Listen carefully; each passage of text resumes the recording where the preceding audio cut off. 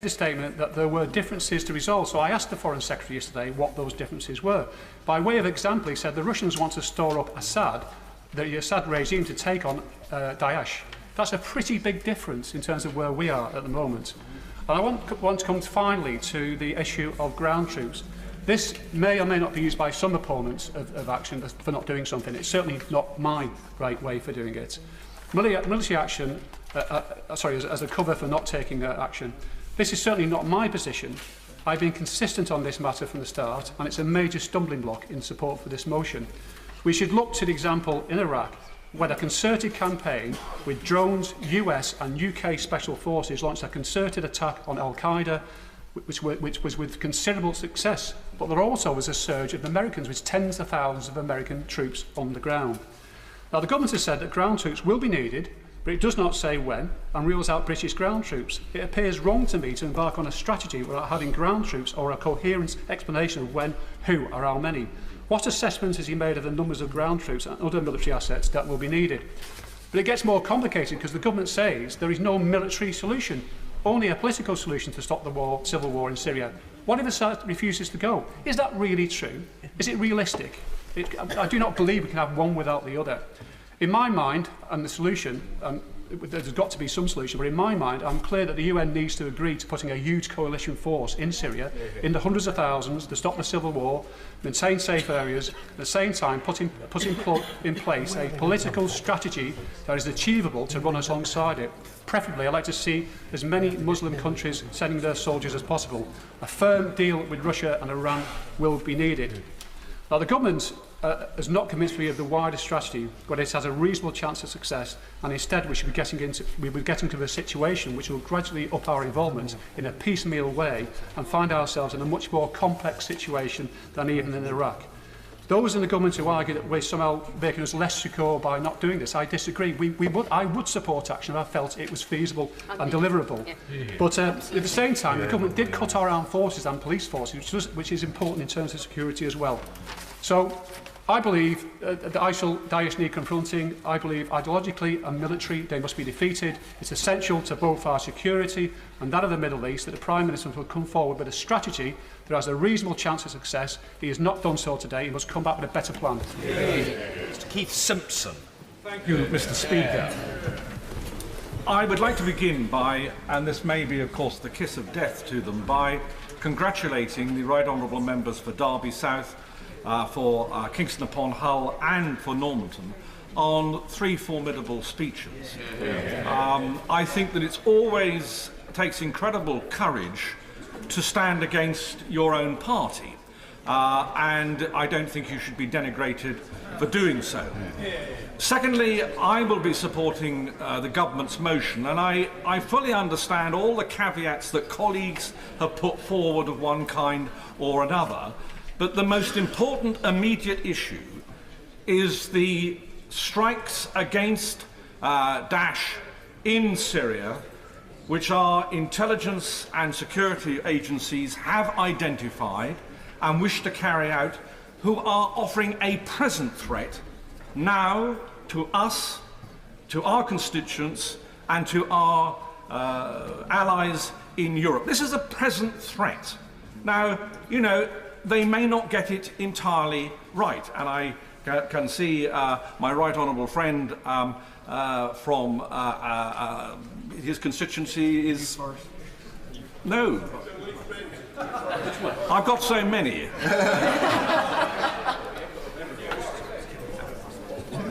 Name it. New Forest. It would be wrong to name them all.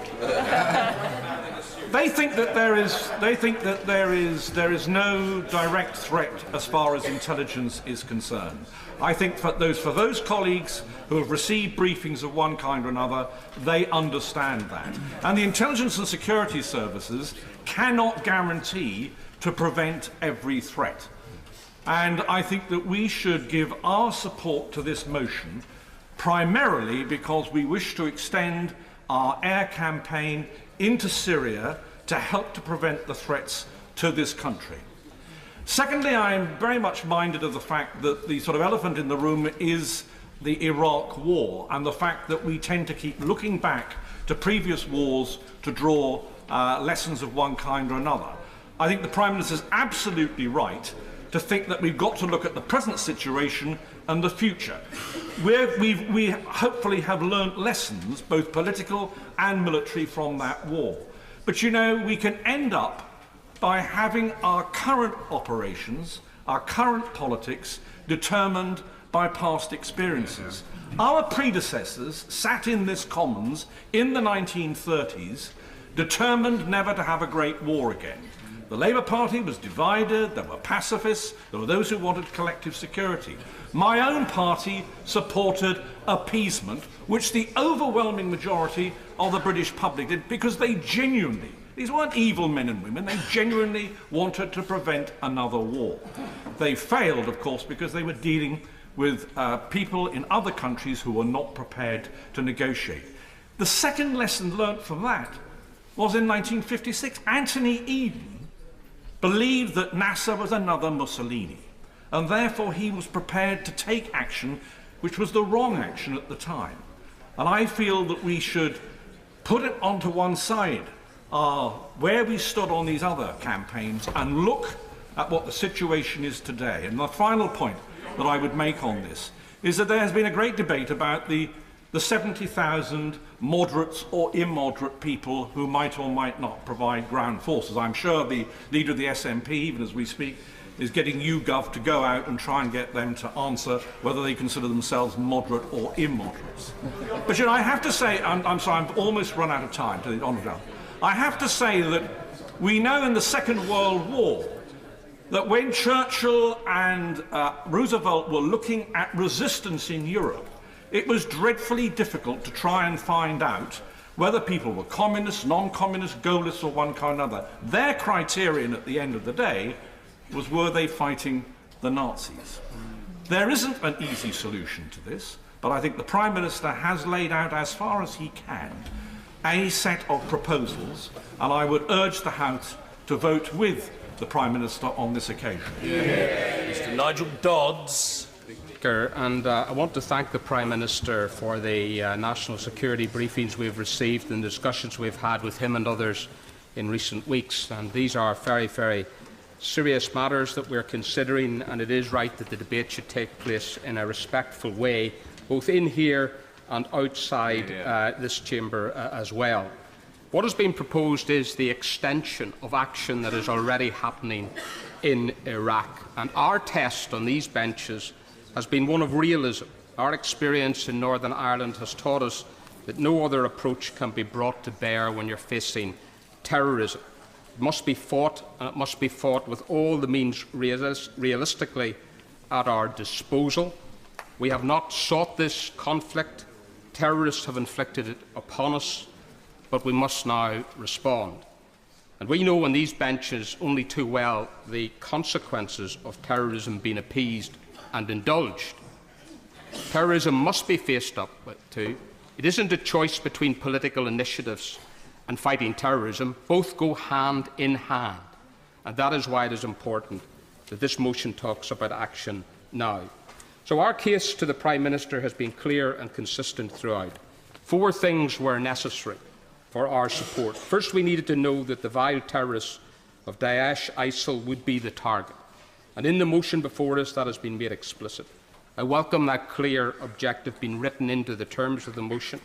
We all know the convoluted complexity of the Syrian civil war. Today, we're not being asked to take sides in that war. Today, we're being asked to take the side of civilised people everywhere, the side of our own citizens. We're being asked to strike at the terrorists who have decided to wage war on us. Secondly, we also had to be sure these people do represent a clear and present danger to the United Kingdom, to our own citizens. There can be no one in any doubt whatsoever about that fact. Our citizens are under attack, or threat of attack, both here and abroad. And to those who say that this action will merely serve to increase the threat or to bring violence and retaliation, the reality is, as we have heard over and over again, that we're already at the top, if not nearly at the top of the terrorist target list. The Russian airliner blown up over Egypt could just as easily have been a plane carrying British holidaymakers. And the fantastic work done by our security services in thwarting attack after attack already illustrates the level of threat that exists against us. Thirdly, we needed to be convinced that British action would make a real and practical difference.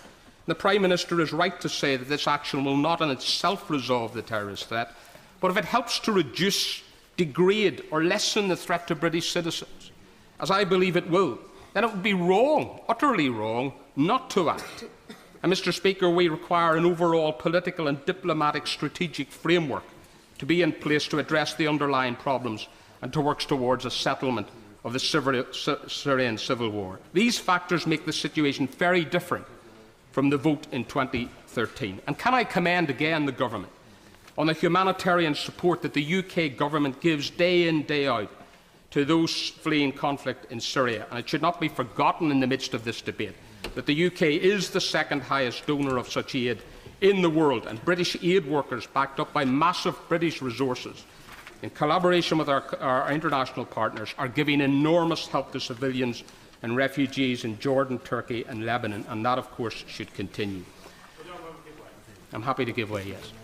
I thank the honourable member greatly for giving way. And isn't that a demonstration that this is about one aspect of our strategy, not just about a purely military strategy? The honourable member is right. It is about an overall package. Military intervention on its own won't solve it, but it's got to be part of an overall package. But to say that we should wait until there is a political or diplomatic outcome is like saying that we should have waited 30 years for the Belfast Agreement or the St Andrews Agreement to bring about a settlement in Northern Ireland. We need to protect people, our own citizens, now when there is a real and present danger to them, and not to do so would be a dereliction of duty. Mr. Speaker, Paris, like the downing of the Russian airliner, were assaults upon civilised values which must be faced up to. And if we can realistically do something to destroy or to degrade this evil, to prevent it spreading still further, then we must act. It's a heavy burden of responsibility. So it isn't a choice between military intervention on the one hand and political diplomatic initiatives on the other. Both go hand in hand, as I've said. There's now a realistic chance that overwhelming pressure can be brought to bear against ISIL Daesh in Syria. And therefore we in these benches will be voting for the motion tonight. And now that British force is to be employed, if the House votes that way, in the common good, it is the duty of every credible political figure to offer their full support to our armed forces.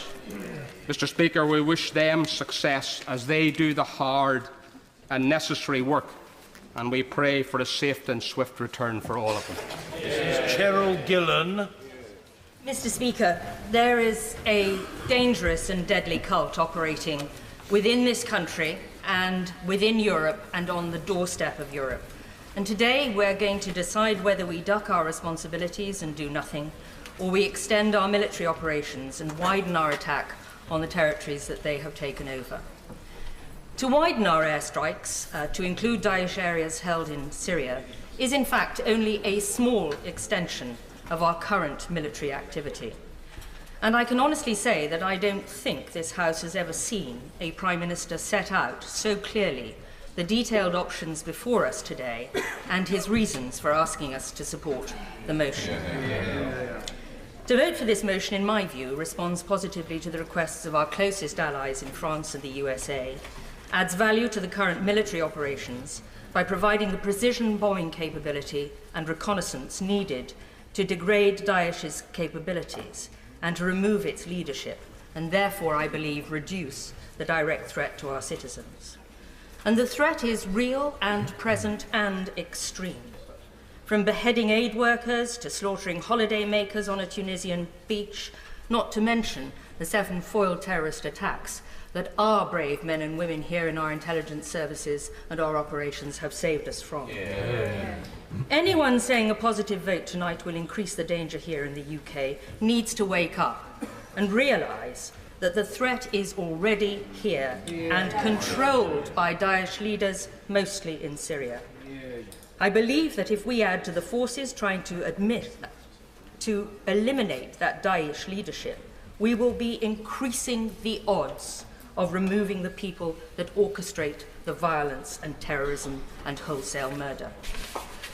I could not support the government today if I thought that airstrikes would form our strategy on Syria and Daesh in its entirety. However, with the Vienna process and with a reasonable estimation of the ground forces that should be available to back up more efficient air activity, I believe that focused diplomacy and military action will complement each other in moving forward to what we all want to see happen, a negotiated and peaceful settlement in Syria. Whilst I admit that airstrikes will likely not be enough to eliminate the threat of Daesh, it is important to recognise the role it specifically plays at this exact time. Now, like many members in this House, I've had representations from the people in Chesham and Amersham on both sides of the argument. But I think that after that attack in Paris, where we saw the wholesale slaughter of many young people, that it has resonated even more with the general public that Daesh is a dangerous force and must be defeated at its roots. As it stands, I think it is the best course of action for Britain to increase its commitment to this complex, difficult and continuing conflict, and thereby increase those odds in improving the safety of our country and British people wherever they are in the world. The PM also knows that we need to be constantly revising our plan for post-conflict Syria and the whole region. And I think if we want to see peace in our time, then I believe we will need to address this. And so tonight I will be putting our hands into the safety and security of our armed services, and I will be supporting the motion. Mr. Tim Farron. Thank you much, Mr. Speaker. As has been mentioned already, the spectre of the Iraq War in 2003 hangs over this House, hangs over the whole debate that we are having today in this country as well as here today. And in 2003, the late and very great Charles Kennedy led the opposition to the Iraq War, and he did so proudly. That was a counterproductive and illegal war, and Daesh is a consequence of that foolish decision taken then. But Charles Kennedy was also right in calling in the 1990s for intervention in Bosnia, military intervention, to end a genocide there. So I am proud of Charles on both counts. My instincts are, like other people's instincts, are always to be anti-war and anti-conflict. In automatic instincts, bound to be, in many cases, that we should go straight in and react straight away. Others will say, under no terms, not in my name, should there ever be intervention. It is right to look at a question like this through the prism of what is humanitarian, what is internationalist, what is liberal, what is right, what will be effective. So I set out 5 principles that I put to the Prime Minister, and in the time I've got available, I won't go into all of them here, but you know my availability on the website. You can go and have a look at them and find out my sense is very clearly that on balance, any reasonable person would judge them to have been broadly met. But my sense, I will give way. Would the honourable member confirm that, unlike the Leader of the Opposition, he and his party supported airstrikes against Daesh in Iraq, and that today's vote is about extending those airstrikes across the border that Daesh themselves don't recognise into Syria to degrade the Daesh so far as possible? I'm happy to confirm that. I mean, the reality is, though, today, for me, and for probably many other people here as well, has been one of the toughest decisions, if not the toughest decision, I've had to take in my time in this place. I will say that the 5 broad principles that we set out have been broadly met, but I will not give unconditional support to the government as I vote with them, as I intend to do tonight, because there are huge questions on the financing of Daesh from states such as Turkey and the trade that is going on there. There are huge questions about the protection of civilians. Yes, a ceasefire, as has been discussed in Vienna, is the ultimate civilian protection, but the possibility of safe zones established within Syria is something we absolutely must continue to press for. I continue to be very concerned about the lack of political involvement and stated involvement, notwithstanding what's been said by the King of Jordan overnight, overnight by close-by regional states such as Saudi Arabia and Qatar and the United Arab Emirates. I am continuously concerned about our failure to take our fair share of refugees as part of the EU overall plan. And though I welcome what has been said, by the Prime Minister earlier on, I want to see a lot more than just looking into taking 3,000 orphan children from refugee camps. I want them here in Britain. I will give way. I'm very grateful to the Liberal Democrat leader for giving way. Why, given he has pressed so much for the government to take more refugees, is he content to bomb that country when the Prime Minister has refused to give that assurance? This is ridiculous.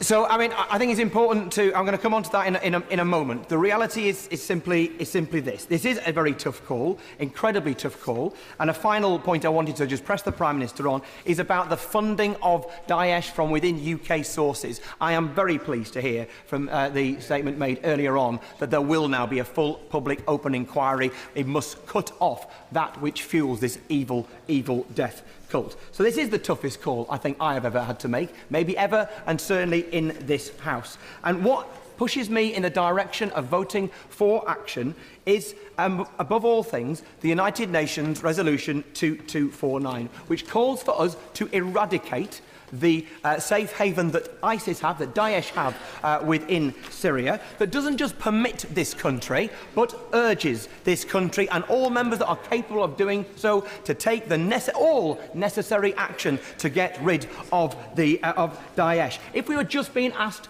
to bomb Syria, I would be voting no. I would be out there demonstrating in between the speeches. I would be signing up to those emails from the Stop the War Coalition. But this is not a case of just bombing. This is standing with the United Nations and the international community to do what is right by people who are the most beleaguered of all. I was so proud to tears when I watched at Wembley the other week us English fans singing La Marseillaise, probably very, very badly indeed, but doing it with gusto, standing shoulder to shoulder, literally, with our closest friends and allies. How can we then not do that today when asked to do something where we are literally putting our money where our mouths are? But if you want to know what's really pushed me into the position where I feel we have, on balance, to back military action against Daesh, it is my personal experiences in the refugee camps this summer. I cannot pretend not to have been utterly, personally moved and affected by what I met. I could give you anecdote after anecdote that would break your heart, but one in particular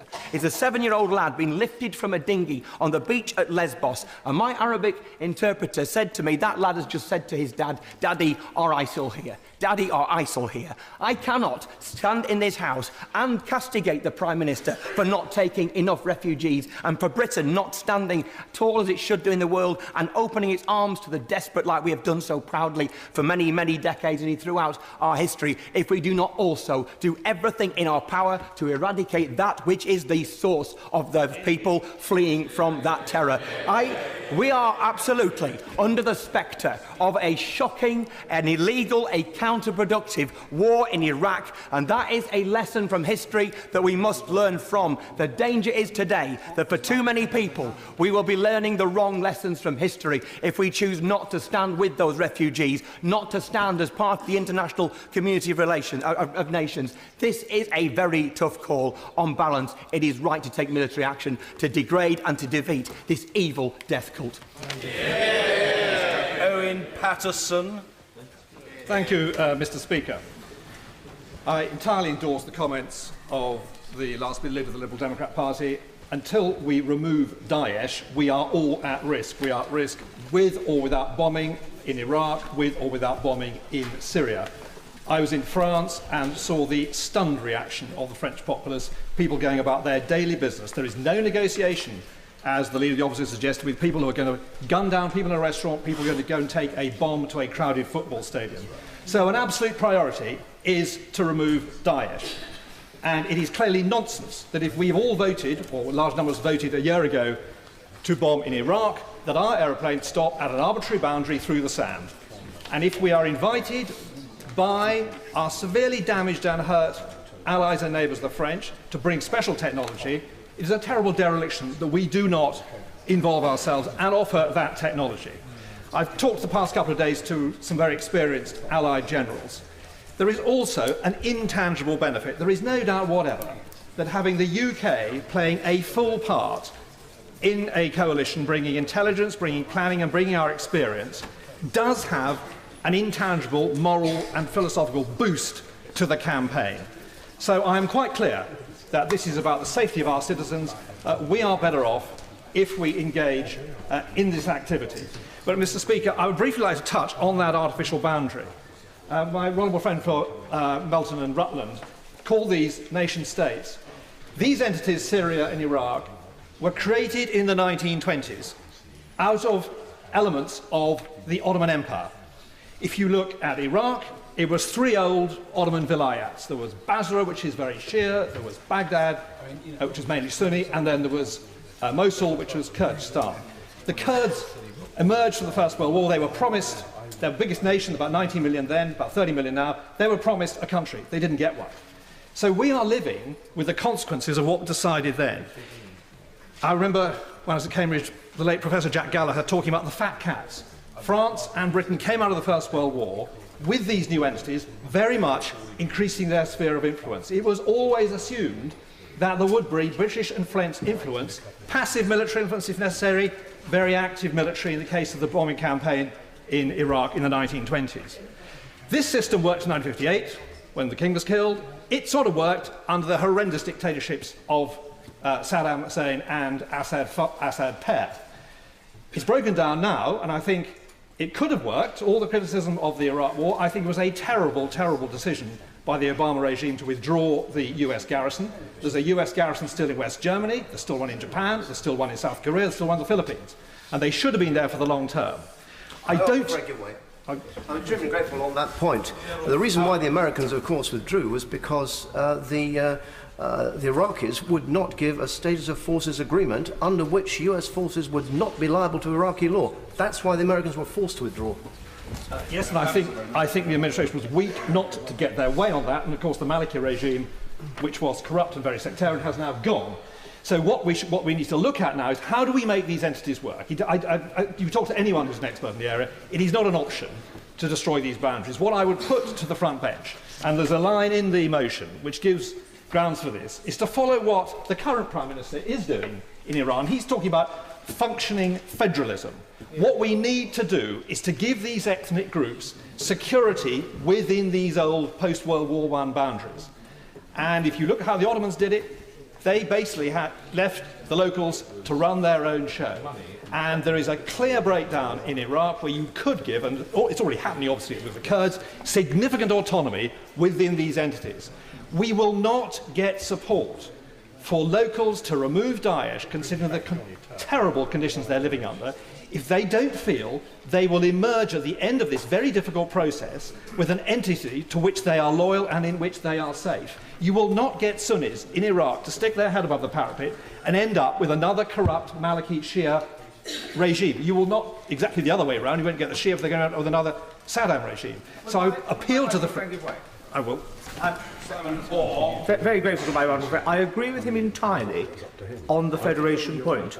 Trying to put a construct of a nation-state boundary on what are still tribal areas is almost impossible, and it shouldn't be ruled off. If it works so well in Yugoslavia, as it clearly has done, following that conflict, it's something we should look to. My proposal is that we do not rearrange the post-World War boundaries. We do, in these negotiations in Vienna, work very closely with locals and intending very clearly that at the end of the process, having removed Daesh by military means, we then have an entity which allows local ethnic groups, religious groups, to have real loyalty to the area where they live. If we don't do that, all the questions the other side about how many, the 70,000, all the rest of it, of course there is doubt, because they're not prepared to stick their heads above the parapet yet until they know exactly where we're going, and they know that they will emerge living in a federation, in a part of that federation, where they can be loyal to the new entity. So I will be supporting the motion tonight, but I would urge the government in these Vienna talks to look at how they can advance and bring in certainly in the case of the Sunnis, other local powers, in order that there is a long-term solution. And we have to look long-term. There is no close short-term fix. And there will ultimately, I think, have to be an international presence to help grow these local institutions. But we must build it around the local ethnic groups. Yasmin Qureshi. Thank you, Mr. Speaker.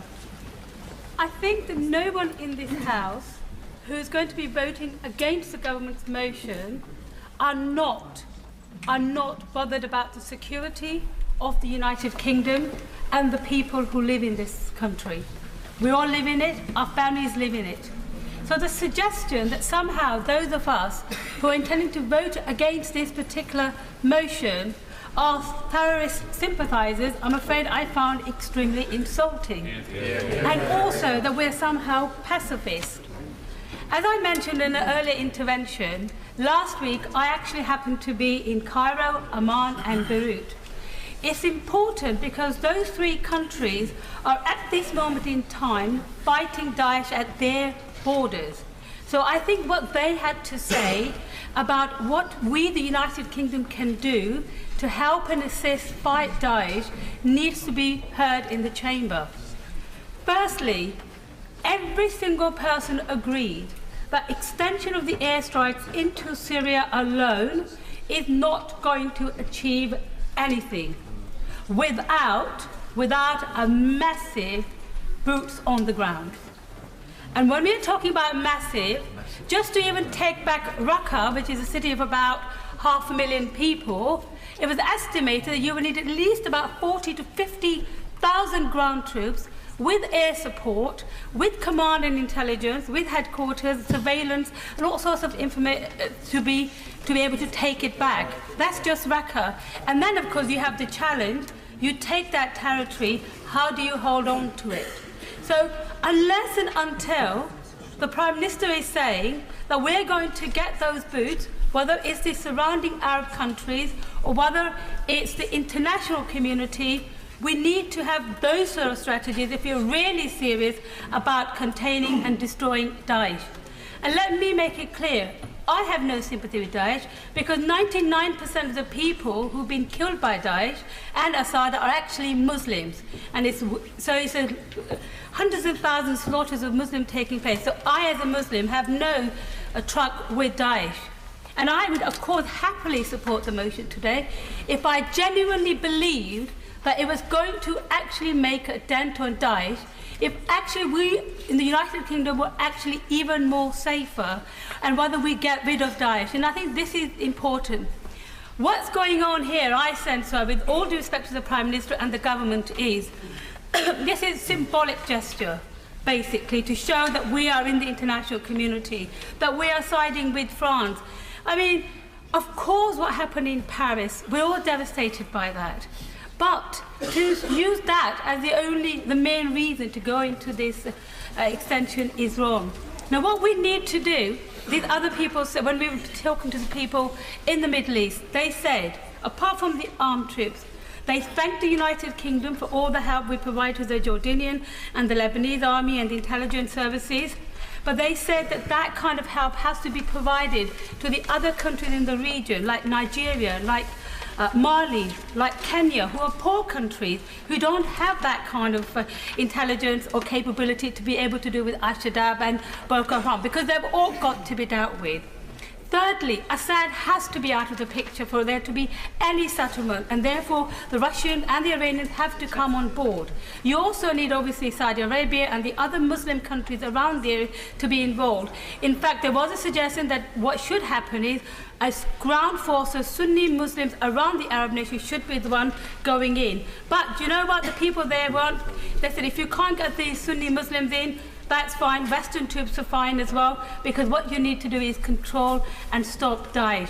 And then finally, General Hatiti of the Lebanese army, Christian Maronite, said that central to all of this, and I know some people are going to strike me down on this, they said the Israel-Palestine conflict has to be the key. And this wasn't just said in Beirut, it was said in Cairo, it was said by Amman, because it's a big key, it's a big recruitment drive, and unless that situation is sorted out, we're never going to have a peace in the Middle East.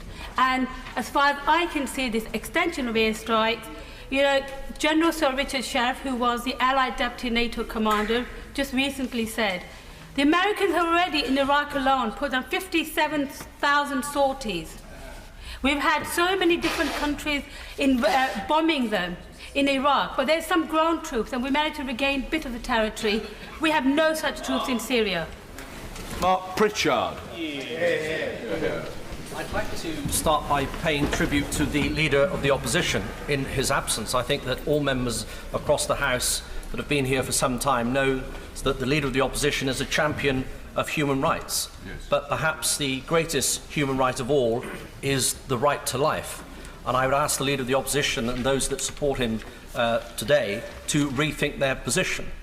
Because if we don't take on Daesh, more men, women and children, in their hundreds, in their thousands, will continue to be murdered. And I don't think that anybody enters Parliament to make war. Indeed, I would hope that everyone in this chamber is a peacemaker. There is enough war and conflict in this world already, as we're discussing today. Indeed, I pay tribute to the pacifists and peacemakers who sit on the benches opposite, and the peacemakers on these benches. Their views are both valid and respectable. But unfortunately, our enemies, Daesh, are neither peacemakers nor pacifists. They are a brutal, murderous and genocidal enemy that are killing men, women and children and peacemakers, probably at this very hour as we speak. And whether it is politically or intellectually palatable or not, it is a case, sadly, of kill or be killed.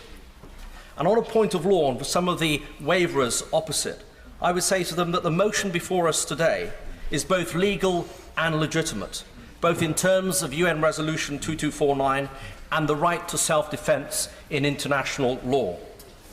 And as we've been reminded by the Prime Minister, a UN resolution supported both by China and Russia, and if I may add, a UN resolution supported by the Venezuelan government, a government admired by some, certainly, in the wider Labour movement, and by the Unite leader, Len McCluskey, and indeed by many in Momentum. If Venezuela are prepared to support airstrikes in Syria, then why not Her Majesty's opposition? Let me say at this juncture, it should be the consciences of individual members of Parliament that determine the fate of this sombre motion before us today, not the bullying and self-interested unions who appear to be engaged in their own insurgency campaign against Labour MPs. So can there ever be a just war? Well, many faith leaders believe so, including faith leaders here in Britain, something recognised by the Archbishop of Canterbury, who said that forceful force should be used in these circumstances that we're discussing today, and other Christian bishops in the Middle East and other religious minority leaders in the Middle East. There is such thing as a just war. My honourable friend is there. I'm very happy to give way. I'm very grateful to my honourable friend for giving way. He is very eloquently describing the precepts of St. Augustine. However, would he desist from describing this conflict as a war, since that gives the opposition a dignity which they do not deserve?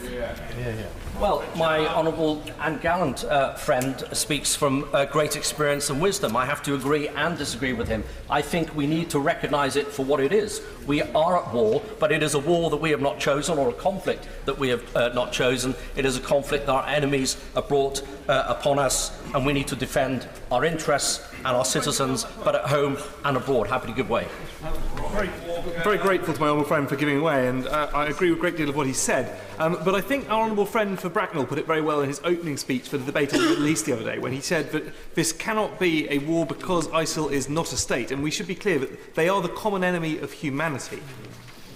Well, my honourable friend, as always, speaks wisely again, like my other honourable friend. We are in conflict or at war, whatever phrase. The fact is we have a common enemy. We have to work with our allies to destroy our enemy. And as I said earlier, it's sadly a case of kill or be killed. None of us want to be in conflict. None of us. In an ideal world, we would all be at peace. But we at present do not live in that ideal world, certainly in this dispensation. And of course, the argument could be, can socialists ever fight just wars? Well, there is the late, very great Jack Jones, the Union man himself, who stood up for freedom and democracy. So too Clement Attlee, Major Attlee, a wounded war hero, and Ernest Bevin, arguably Labour's best foreign secretary, all fought for freedom and liberty in their own ways. Some more to the left than others, I admit, but all socialists, defending Britain, defending our allies, defending our values, defending the weak and marginalised, defending the persecuted and the repressed. And I say to undecided Labour MPs, look to your proud socialist history, but also don't be bound by recent New Labour history. This is a new challenge, a new threat, and we may not all be where we want to be, but we are where we are. And today's motion is a dose of reality for all of us. An internationalist motion, an inclusive motion, a protective motion, a motion that cannot be ignored, and a motion that I hope honourable members on all sides will support. Gisela Stewart. Mr. Speaker, it is easy to be brief at this point because there have been two speeches on our benches where I can honestly say there's every word I agree with them. One came from the Right Honourable Member for Derby South, and the other one from the Right Honourable Member from Kingston upon Hull. They made a most extraordinary case both of why action is necessary, but also why inaction would be so very, very difficult to defend. We are asked to make a decision here, and it's very important in the light of new social media when our email boxes are full of people who essentially at this stage saying, don't do it. And quite frankly, I am relieved that I'm being asked not to do it, because I would be deeply troubled if my email inbox was full of people gung-ho saying, go, go and get them. But I think it is right that as we come here, we make an extremely careful judgment. And at any one time, we can only make the best judgment at this time. There are many unanswered questions about this particular area of the world, but none of us can claim to know what the next steps will be. But there are some things which we do know about. And one of them is that just as actions have consequences, so does inaction. The danger for government is always to know when not to do something, because they could always take action. So they always have to question, is it the right thing to do? And the danger for oppositions is to think that because we are in opposition, it is appropriate to always oppose. No. Occasionally, it is right to do things, and occasionally it is right for an opposition to support a government, even when they don't entirely agree with the motion that is on the order paper. But I will be supporting the motion tonight because it is good enough. And it is good enough for three reasons as far as I'm concerned. And they're very much intertwined. The conflict we're facing is both Daesh, who are terrorists and essentially bad people who I don't think have got any redeeming features. But we also face on top of that a potential civil war with Assad, and what has not been mentioned so far is a really difficult conflict in terms of Turkey and Russia. However, just because it is complicated does not mean we're not doing anything. And the four things which persuade me that it is on balance better to do something than to do nothing is the starting point was the UN resolution. Absolutely important. The second one was that in terms of the strikes we're taking, we are adding capacity, and capacity which will enhance the actions we're already taking in Iraq, and we're taking it to Syria. Not only will we bring something to the table, we will actually strengthen the coalition. The third, as the motion says quite rightly, we are looking at a political process, and anybody who's been involved in negotiations knows that military actions without a political process on their own will not succeed. Both go hand in hand, and both enhance the other. Therefore, I think the political process is going to be vital. And third, the one mistake I hope we're not going to make again is take our eye off the fact that you need functioning state institutions when you take military actions, one of the errors which we did make in Iraq, but I hope in Syria and the work which DFID is doing and the work we're doing with the coalition to keep the state structures so that whatever happens next, and we all know we can't predict what's going to happen next, but we will be acting with our allies. We will be acting because countries like France calling on us, if it had been reversed, if this had happened in London, and we'd asked France and they turned no, we would have been appalled, quite frankly. And the final question is, we have to answer the question, why now? Why don't we wait a few weeks? I think the why now is because, A, Russia entering the theatre has changed the dynamics, and second, and most importantly, because this is in the national interest, Daesh's ability to both operate within Syria, but also to organize terrorist attacks in mainland Europe has increased tremendously. And the reason why we have to ask now is because if we actually want to stop that war, it may not be the perfect first step,